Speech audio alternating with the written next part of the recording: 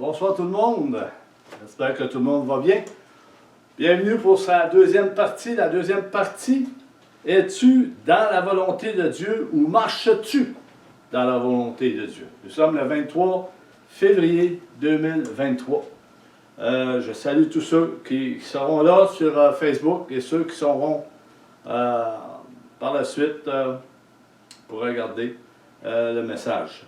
Merci Seigneur pour ce message que tu as déposé dans mon cœur et que ce message puisse venir nous toucher profondément dans nos cœurs, chacun d'entre nous.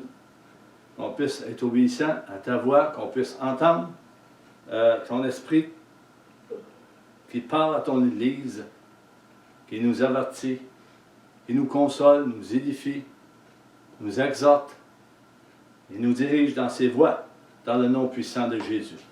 Alors, la deuxième partie de ce message, es-tu dans la volonté de Dieu ou marches-tu selon la volonté de Dieu? Voici une parole prophétique accomplie. Une parole prophétique est accomplie dans Hébreux 10. Christ est venu faire la volonté du Père. On va lire de verset 5 jusqu'à 10. C'est pourquoi Christ entrant dans le monde dit, tu n'as voulu ni sacrifice ni offrande, mais tu m'as formé un corps.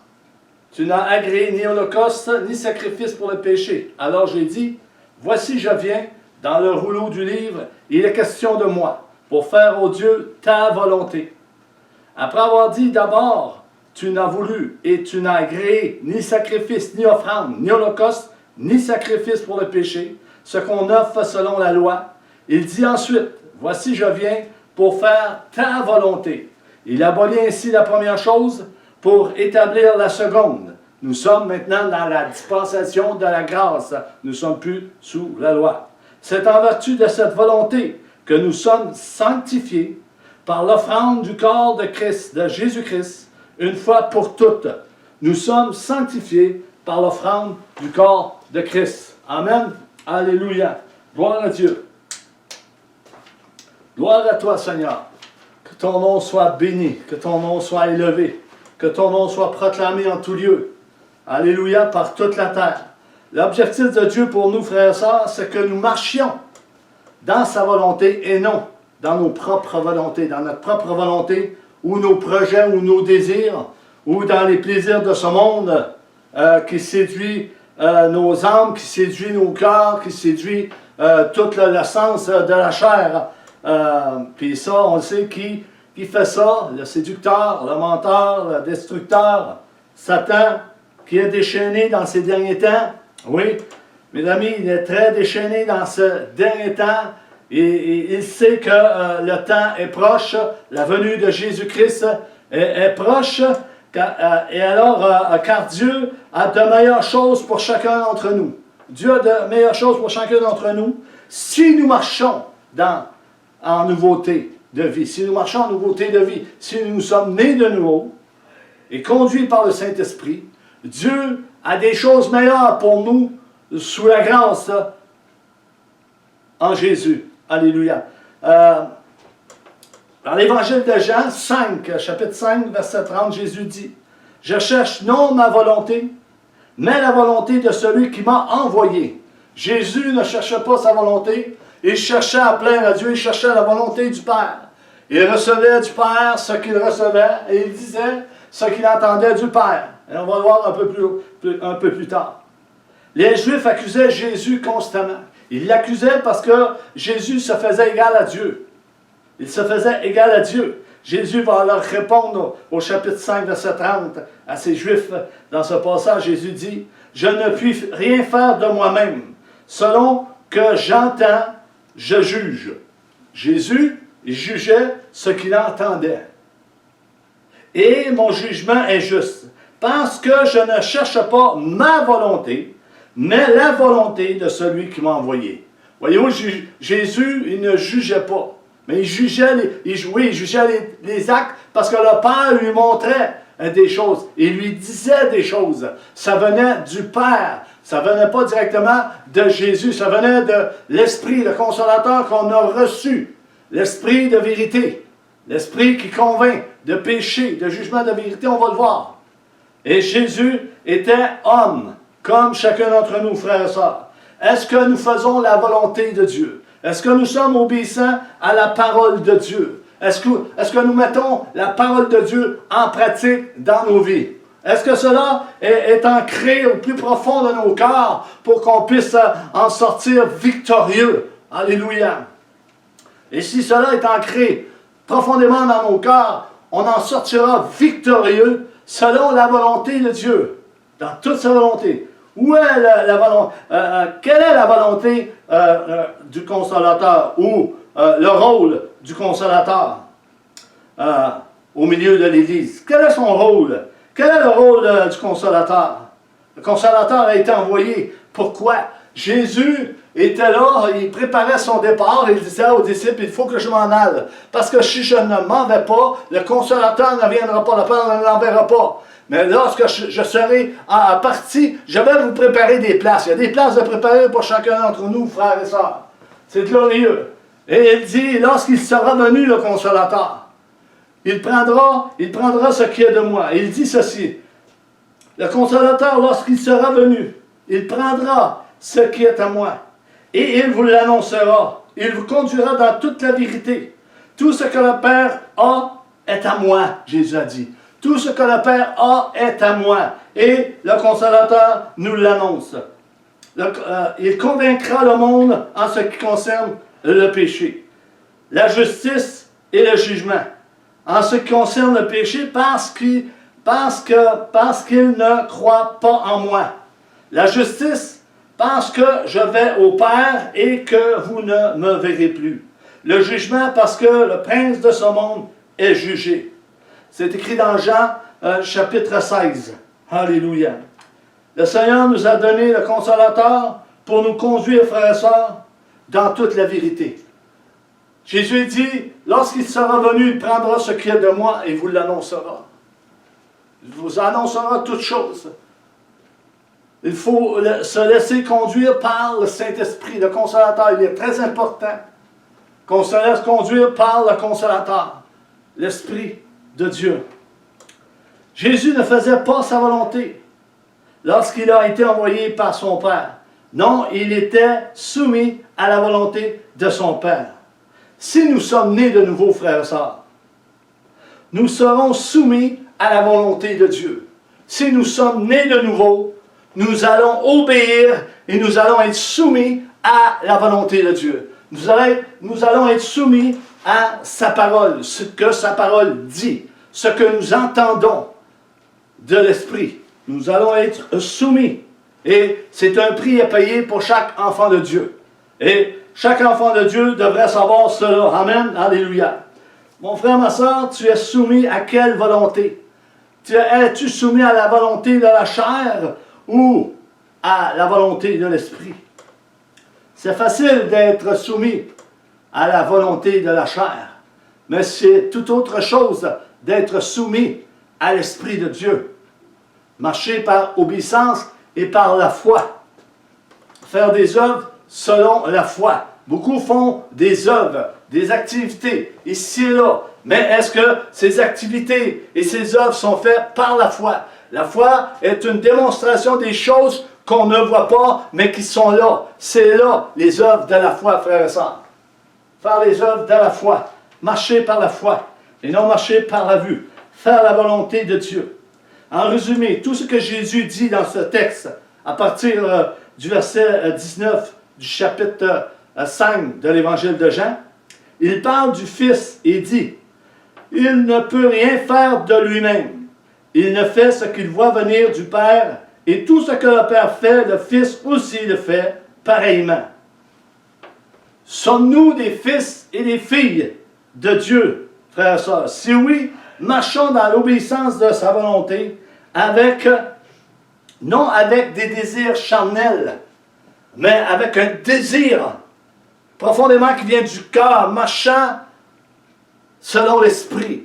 Nous avons été appelés à marcher par l'Esprit. Paul dit, soyez constamment remplis du Saint-Esprit et marchez selon l'Esprit de Dieu. Alléluia. Et nous serons dans sa volonté. Nous ferons sa volonté. Est-ce que Jésus était égal à Dieu? Bien sûr que oui. Il était lui-même Dieu en étant dans un corps charnel, mais rempli de la plénitude du Saint-Esprit. Comme tout homme est né de l'Esprit. Jésus est le premier-né d'entre les morts. Et dans 1 Colossiens 1,18, ça nous dit, il est la tête du corps de l'Église. Il est le commencement, le premier-né d'entre les morts, afin d'être en tout le premier de tous. Il est la tête de l'Église. Alléluia. Il est la tête du corps de l'Église. Il est le commencement, le premier-né d'entre les morts, Jésus. Mes amis, Jésus a été égal avec le Père, avec Dieu. Il est le Dieu véritable. Amen. Venu en chair et en os. Écoutons bien, frères et sœurs. Et pour certains qui écoutent, qui écoutez, bien vous, écoutez bien. Plusieurs s'opposent au Saint-Esprit. Comme le discours de Étienne. Il disait, vos pères se sont opposés à l'Esprit de Dieu, aux voix de Dieu, et vous avez un coup raide, et vous vous opposez encore au Saint-Esprit. Le Saint-Esprit parle à son Église. Jésus a dit, plusieurs disent suivre Jésus. Plusieurs disent connaître Jésus. Plusieurs peuvent dire que nous sommes dans la volonté de Dieu. Plusieurs disent on obéit à Dieu. On obéit à Jésus. Nous marchons comme Jésus a marché. Nous sommes remplis du Saint-Esprit. Nous sommes victorieux. Nous sommes de bons guerriers. Nous entendons la voix de Dieu. Mais Jésus dit, nous reconnaissons un arbre à ses fruits. Nous reconnaissons un arbre à ses fruits. Quel fruit que nous devons voir? Le fruit de la passion pour Christ, l'amour pour Christ, la fidélité en Christ, l'assurance en Christ, la marche en Christ, l'amour ineffable qui se dégage d'une personne. Alléluia. Gloire à toi, Seigneur. Jésus était rempli de la plénitude du Saint-Esprit. Écoutons bien, frères et sœurs. Jésus va affirmer que s'il exerce le jugement, c'est parce que tout ce que Jésus affirme, faisait, dépendait non de sa propre volonté, mais bien de la volonté de son Père et de la parole de Dieu qu'il recevait. Il faisait la volonté du Père. Et nous, aujourd'hui, nous sommes remplis du Saint-Esprit. Si du moins on l'a reçu, si du moins vous l'avez reçu, le Saint-Esprit, tous les dons sont pratiqués en nous. Dieu agit en nous à différentes façons, différentes manières. Dieu va agir. Si, la parole de Dieu, il y a des si nous sommes dans sa volonté, si nous sommes nés de nouveau, nous allons marcher à l'obéissance de sa volonté. Alléluia. Alléluia.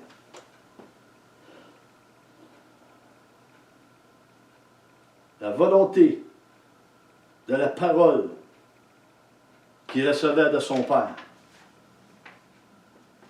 Et on le voit au verset 19-20 du chapitre 5 de l'Évangile de Jean.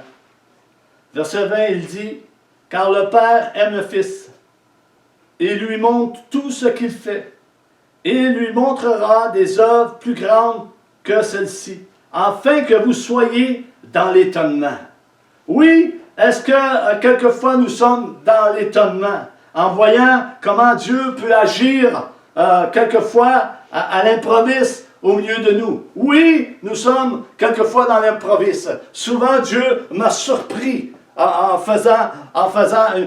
se manifestant à travers bien des choses, à travers la louange, à travers la prédication, à travers de paroles prophétiques.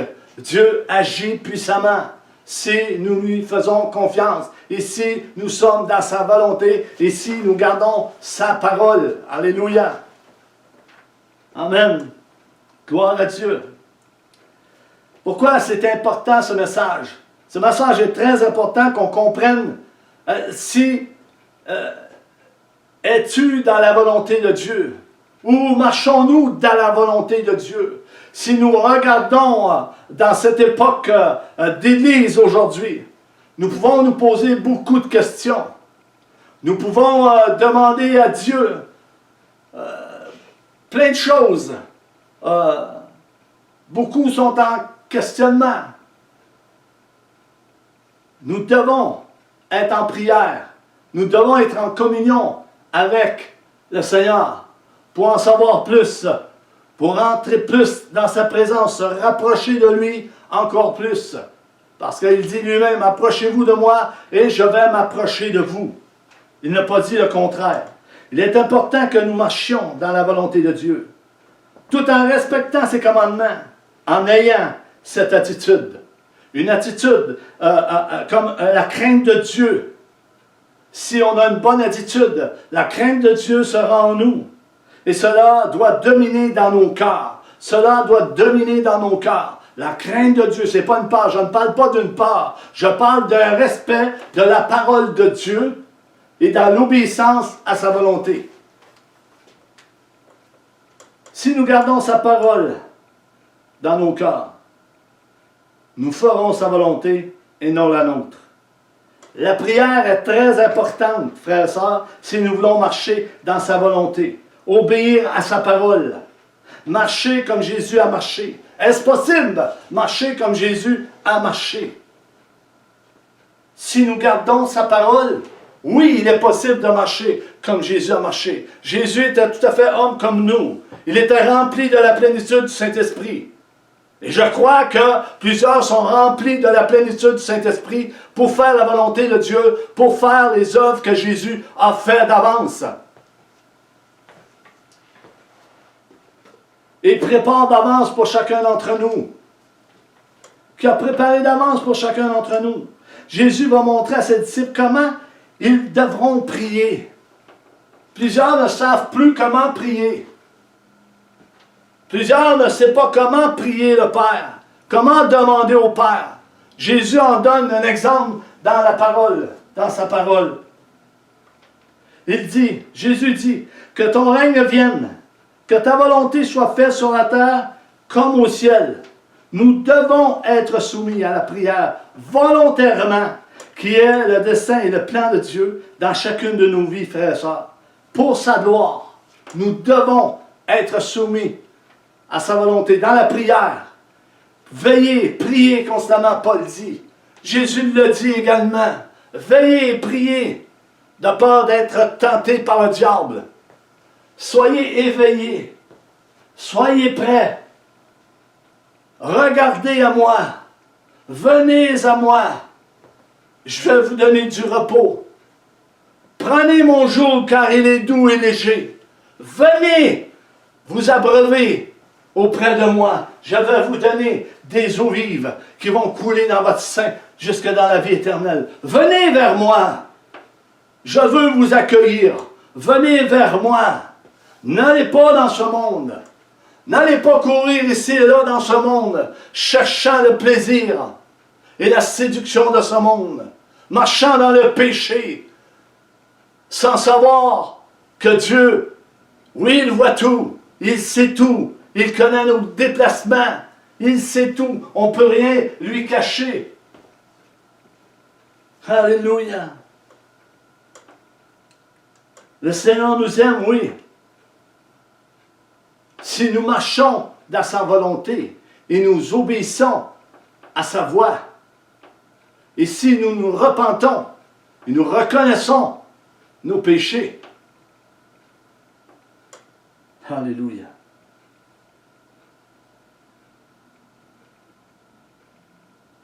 La prière serait la première chose à faire pour être dans la volonté d'un Dieu souverain.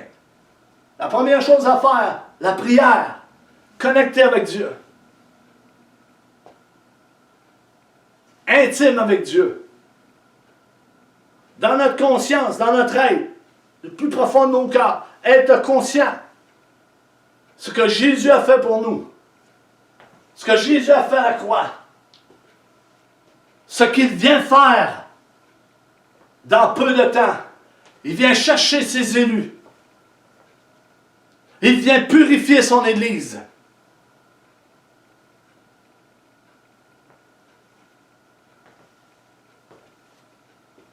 Alléluia.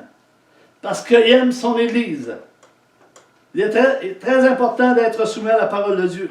Si nous voulons marcher dans les voies de Dieu, si nous voulons être dans sa volonté, il y a un seul chemin, Jésus. Un seul chemin, Jésus qui a marché lui-même dans ce chemin étroit et resserré pour aller à la croix. Il a marché dans ce chemin vers Golgotha, un chemin serré, resserré jusqu'à la croix. Il a été meurtri, il a été battu, il a été outragé, on a fessé dessus, il a été méprisé. Il a tout pris sur ses épaules. Il a pris la condamnation qu'on méritait. La colère de Dieu est tombée sur lui pour chacun d'entre nous, pour nous sauver de ce monde d'impies et d'injustice. Il est le roi des rois. C'est lui qui a ouvert le chemin pour aller vers le Père. Le voile du temple s'est déchiré. Alléluia. Jésus qui a ouvert le chemin et le voile s'est déchiré. Alléluia. La parole dit il y a un seul médiateur entre Dieu et les hommes. C'est Jésus-Christ. Il n'y a sous le ciel aucun autre nom qui nous a été donné par lequel nous devions être sauvés. Jésus-Christ. Alléluia. Nous devons être conscients de ça, frères et sœurs. Il y a une paresse spirituelle au milieu de l'Église.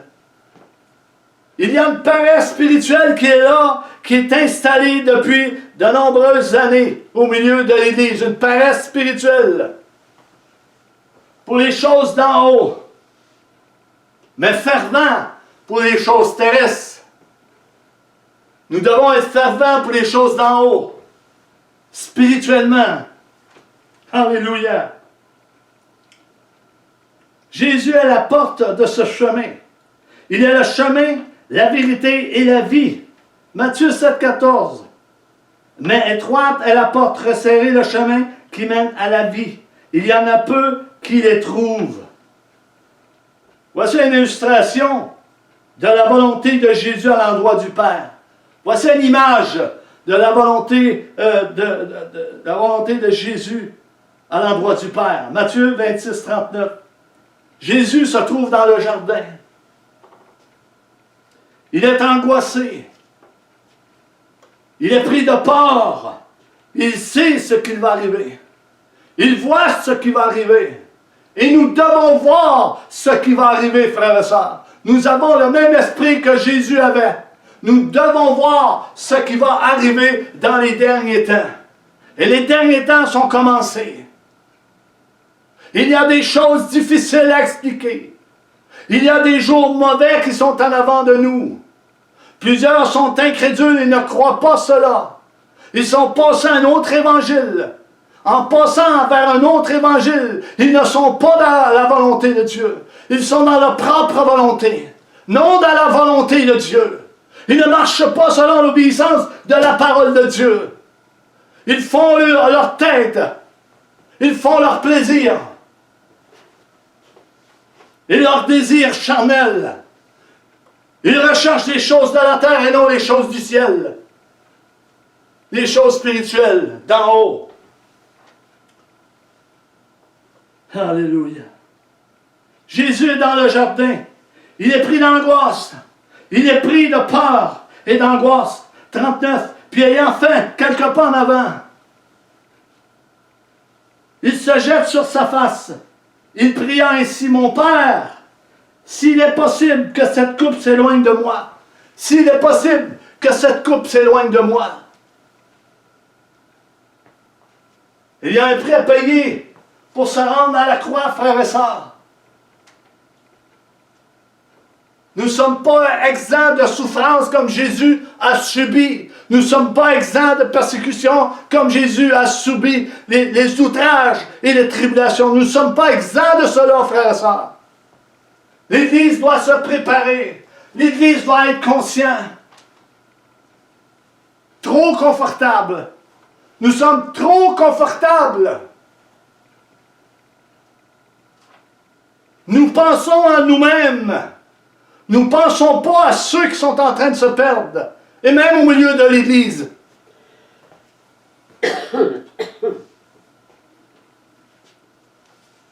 Jésus dit, éloigne de moi cette coupe. Mais Jésus va répliquer en disant, toutefois, non pas ce que je veux, mais ce que tu veux. Ce que tu veux, Père. Ce que tu veux, ce que le Père veut pour nous, c'est que nous marchions dans sa volonté, à l'obéissance de sa parole, humiliés, brisés devant lui, repentants, réconciliants avec lui, alléluia, à la croix. C'est ça qu'il veut, le Seigneur. Il ne veut pas avoir une église confortable. Il ne veut pas avoir une église muette. Il veut avoir une église victorieuse. Alléluia. Il est la tête du corps de Christ. Il est la tête du corps de l'Église. Alléluia. Jésus a toujours fait la volonté de son Père en étant homme sur la terre des vivants. Il a toujours fait la volonté. Il ne parlait pas de lui-même. Il parlait de ce qu'il recevait du Père. Et c'est pareil pour nous. Si nous marchons selon l'esprit de vérité, nous allons dire ce que nous recevons de l'Esprit pour bâtir l'Église. Alléluia. Il y a une parole qui nous est dite dans la parole de Dieu. Nous est dit à tous. Jésus a dit, nous ne pouvons rien faire sans lui. Nous ne pouvons rien faire sans l'Esprit de Christ. Alors si nous ne pouvons rien faire, mais il faut l'invoquer. Il faut l'invoquer dans notre vie, dans notre cœur, dans notre esprit. Viens Jésus, révèle-toi à moi. Je veux cette nourriture qui bâtit l'âme, qui me sauve de ces ténèbres qui nous entourent si facilement. Voici un exemple biblique tiré de l'Ancien Testament, frères et sœurs, touchant la volonté de Dieu, touchant l'obéissance envers Dieu. Isaïe 58, 13, 14.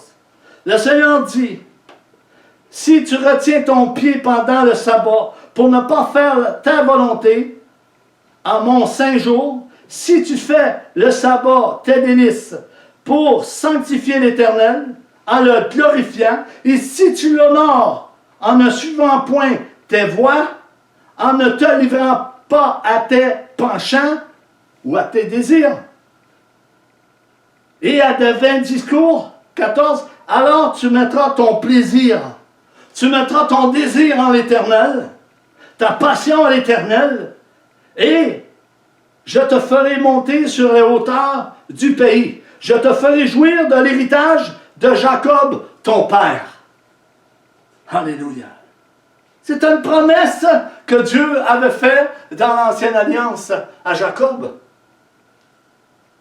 Mais écoutez bien la suite. Dans la loi de Moïse, le sabbat était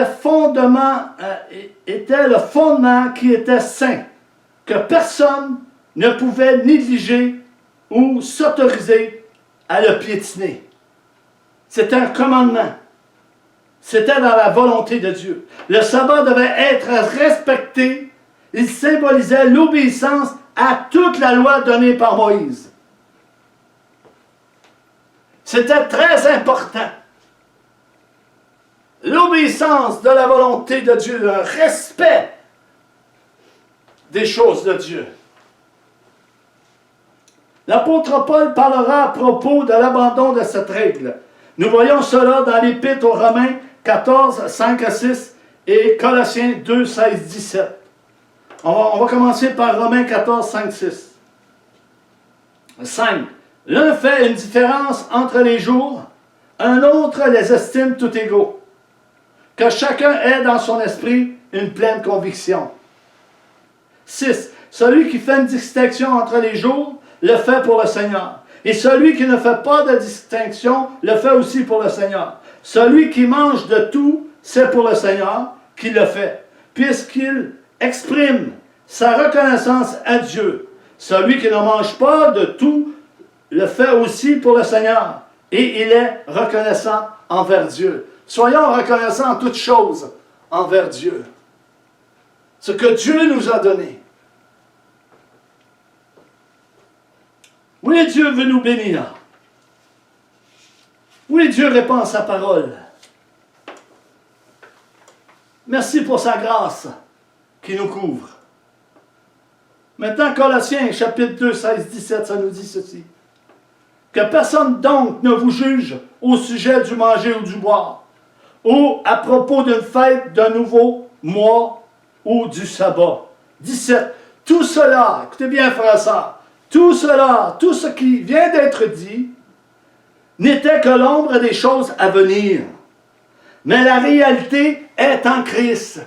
Tout est en Christ. La réalité est en Christ. La réalité est la croix. La réalité est la nouvelle naissance. Sanctifié, régénéré dans les lieux célestes. C'est ça la réalité. Écoutons bien, frères et sœurs. Tous ceux qui mettront leur plaisir en l'Éternel, c'est ceux qui se repentent et vont marcher dans la sanctification en communion avec le Seigneur. Et non dans le manger ou le boire, ou les fêtes, mais prennent plaisir à ce que Jésus a fait à la croix. Nous devons faire notre plaisir à ce que Jésus a fait à la croix. Ce n'est pas le manger, le boire. C'est Jésus, ce qu'il a fait à la croix pour chacun d'entre nous. Nous devons être dans sa volonté. Et cela fait partie de sa volonté, de marcher dans les pas de Christ. En reconnaissance à ce qu'il a fait pour nous à la croix du Calvaire. Alléluia.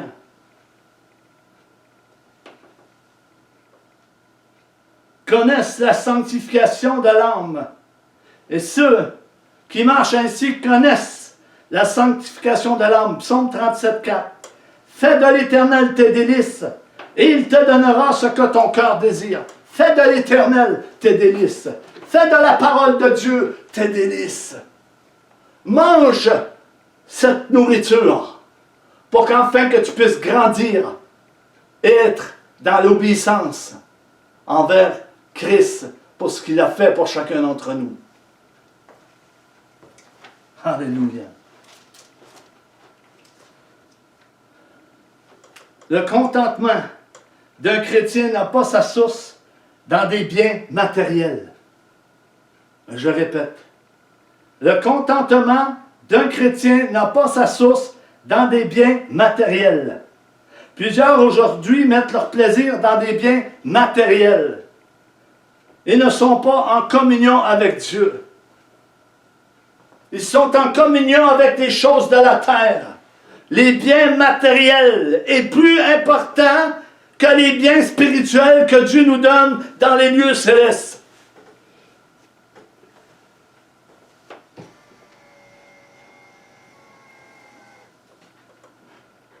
Au lieu de chercher les choses d'en haut, plusieurs cherchent la richesse de cette terre. Ce que le monde peut offrir comme l'évangile de prospérité qui est répandu. Quelle cupidité de l'homme! Quelle cupidité de l'homme! Prenant l'évangile du Seigneur Jésus-Christ pour pouvoir s'enrichir. Oui, l'ouvrier mérite son salaire, mais pas de cette façon. Pas d'une façon en apportant un évangile de prospérité, en disant dans son cœur, je vais m'enrichir. Mes greniers sont pleins. De quoi aurais-je besoin Ne savez-vous pas qu'est-ce qui est écrit dans le livre de l'Apocalypse? Parce que tu dis que tu es riche. Mais tu es pauvre en réalité. Tu es nu devant Dieu. Parce que tu recherches les choses de la terre et non les choses d'en haut. Tu es insouciant de la volonté de Dieu. Tu es insouciant de l'autorité de Dieu et de la crainte de Dieu.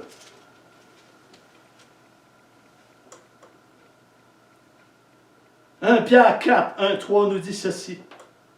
Ainsi donc, Christ ayant souffert dans la chair, vous aussi armez-vous de la même pensée. Car celui qui a souffert dans la chair en a fini avec le péché.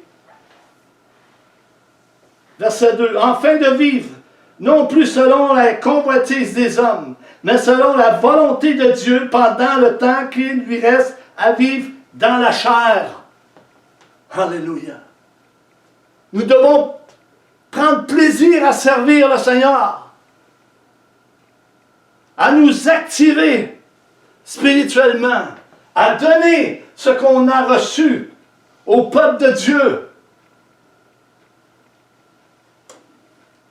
pour qu'on puisse grandir en maturité. Verset 3. C'est assez en effet d'avoir, dans le temps passé, accompli la volonté des païens en marchant dans la dissolution, les convoitises, l'ivrognerie, les excès du manger et du boire et de les idolâtries criminelles. Autrefois, nous faisions ces choses. Et laissez-moi vous dire, il y a une partie de ce que je viens de dire est là au milieu de l'Église. Laissons l'Esprit de Dieu guérir les cœurs, nous avertir et nous ramener dans la voie droite du Seigneur, dans sa volonté. Et non la volonté des hommes, où nous étions auparavant. Nous faisions la volonté des hommes. Nous ne marchons plus dans ces voies charnelles. Nous marchons dans les voies de Dieu, remplies du Saint-Esprit. Alléluia. Glory.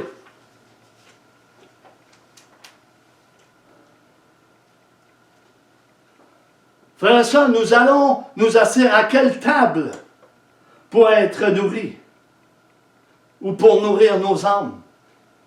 À quelle table nous nous assoyons?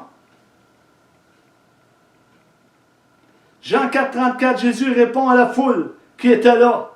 Jésus leur dit, « Ma nourriture est de faire la volonté de celui qui m'a envoyé et d'accomplir ses œuvres. » Jésus ne nous a-t-il pas dit que vous ferez les œuvres que j'ai faites et vous en ferez de plus grandes encore? Si nous gardons sa parole, si nous nous nourrissons de sa parole, si nous marchons dans l'obéissance de sa volonté, nous ferons les œuvres que Jésus a préparées d'avance pour chacun d'entre nous, frères et sœurs.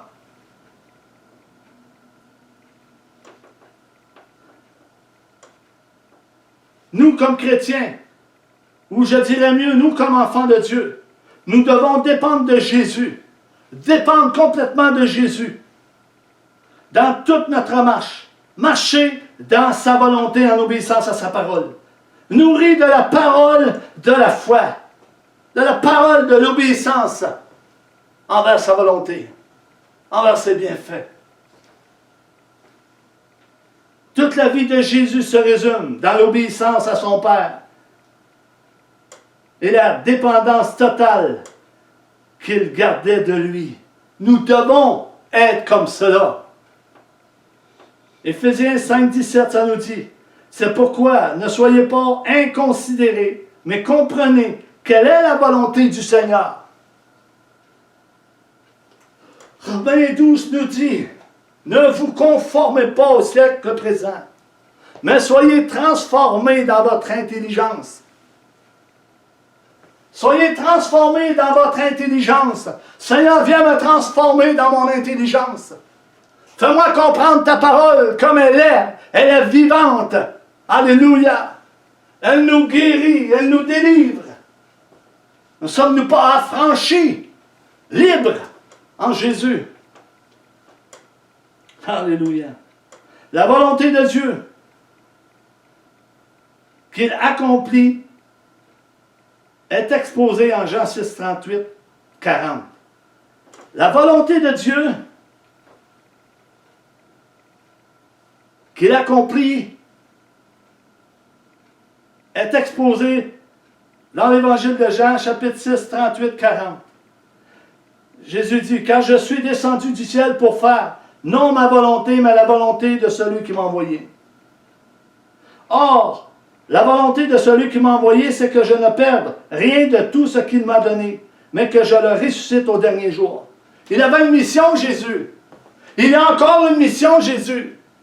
Il ne veut pas perdre ce que Dieu lui a donné. Des âmes pour le salut éternel, pour la rédemption, pour le rachat éternel.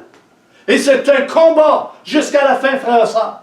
Celui qui persévérera jusqu'à la fin sera sauvé. C'est au pluriel. Sera sauvé. Quiconque invoquera le Seigneur Jésus dans les derniers temps, qui veut dire qui fera appel à Jésus, qui sera en communion avec lui, et non avec le monde, et non dans ses propres pensées et désirs charnels, mais en communion avec Jésus et le Père, par l'Esprit. Alléluia. Nous devons dépendre de Jésus dans toute notre marche. Marcher dans la volonté en obéissance à sa parole. Nourri de la parole de la foi. Obéissant à sa volonté. Toute la vie de Jésus était résumée dans l'obéissance de son Père. Il était indépendant de la volonté totale qu'il gardait en lui. J'étais rendu au verset 40. La volonté de mon Père, c'est que quiconque voit le Fils et croit en lui ait la vie éternelle. Et je le ressusciterai au dernier jour. Je répète cette phrase. La volonté de mon Père, Jésus parle. Il nous parle aussi. La volonté de mon Père, c'est que quiconque voit le Fils et croit en lui ait la vie éternelle. Et je le ressusciterai au dernier jour. Est-ce que tu vois Jésus? Est-ce que nous voyons Jésus au milieu de l'Église? Laissez-moi vous dire que Jésus se promène au milieu de l'Église. Il connaît les cœurs. Laissons-le parler. Laissons le Saint-Esprit agir au milieu de chacun d'entre nous, frères et sœurs.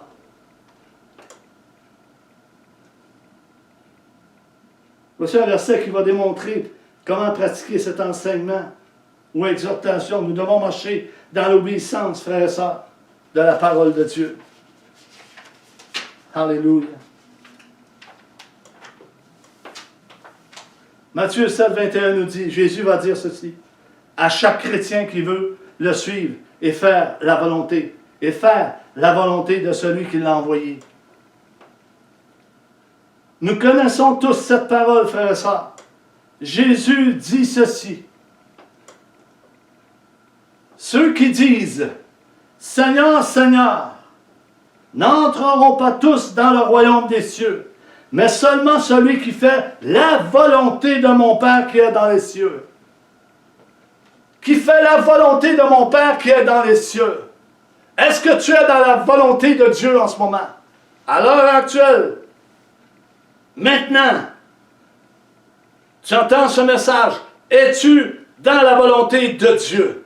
Pratiques-tu l'Évangile comme elle devrait être pratiquée? Est-ce que tu l'apportes comme elle doit être apportée, sans compromis, sans la diluer, sans enlever quoi que ce soit de la parole de Dieu, pour le perfectionnement des saints, pour une maturité spirituelle? Alléluia. Alléluia. Pas tous qui vont dire Seigneur, Seigneur, vont rentrer dans les cieux, mais seulement ceux qui font la volonté de Dieu. Nous savons, frères et sœurs, qu'à la foi proclamée sans agissement n'est rien d'autre que de l'incrédulité, et je le crois en grande partie. Je le crois en grande partie. Car Jésus connaît les cœurs. Il n'aurait pas dit que pas tous qui auront dit Seigneur, Seigneur, entreront dans le royaume des cieux. Pas tous. Et plusieurs disent Seigneur, oh Seigneur, fais ceci. Seigneur, je te prie. Seigneur, réponds-moi. Seigneur, tu vois ceci. Seigneur, tu vois cela. Pas tous qui auront dit Seigneur, qui entreront dans le royaume des cieux. Car seulement ceux qui ont la foi et fait la volonté du Père qui entreront dans le royaume des cieux. Jésus a toujours fait la volonté de son Père. Jésus était comme homme. Le Père l'a emmené dans le désert. Jésus a été éprouvé dans le désert, a été tenté par le diable. Il a été affermi dans le désert. Il en est sorti, revêtu de la plénitude du Saint-Esprit pour exercer sa mission. Et chaque enfant de Dieu doit être semblable à ce que Jésus a fait. Paul dit, soyez mes imitateurs comme moi-même je le suis de Christ. Alléluia. Prions, Seigneur. Aide-moi, Seigneur. Alléluia. C'est pas parce que l'on dit Seigneur que l'on a la foi ou que l'on dit Dieu ou Jésus. La parole le démontre clairement. C'est la foi qui nous assure le salut et non les œuvres. Or, sans la foi, il est impossible de lui être agréable. Hébreux 11:6. Car il faut que celui qui s'approche de Dieu croit que Dieu existe et qu'il est le rémunérateur de ceux qui le cherchent. Est-ce que nous cherchons la faveur de Dieu? Est-ce que nous cherchons à faire la volonté de Dieu? Pour cela, il faut lire la parole de Dieu. Il faut se nourrir de la parole de Dieu tous les jours. Tous les jours de notre existence. Parce que l'enfant de Dieu est destiné à la persécution, à la souffrance, à la tribulation, comme Jésus l'a été. Ne croyez pas qu'on va être tout le temps confortable.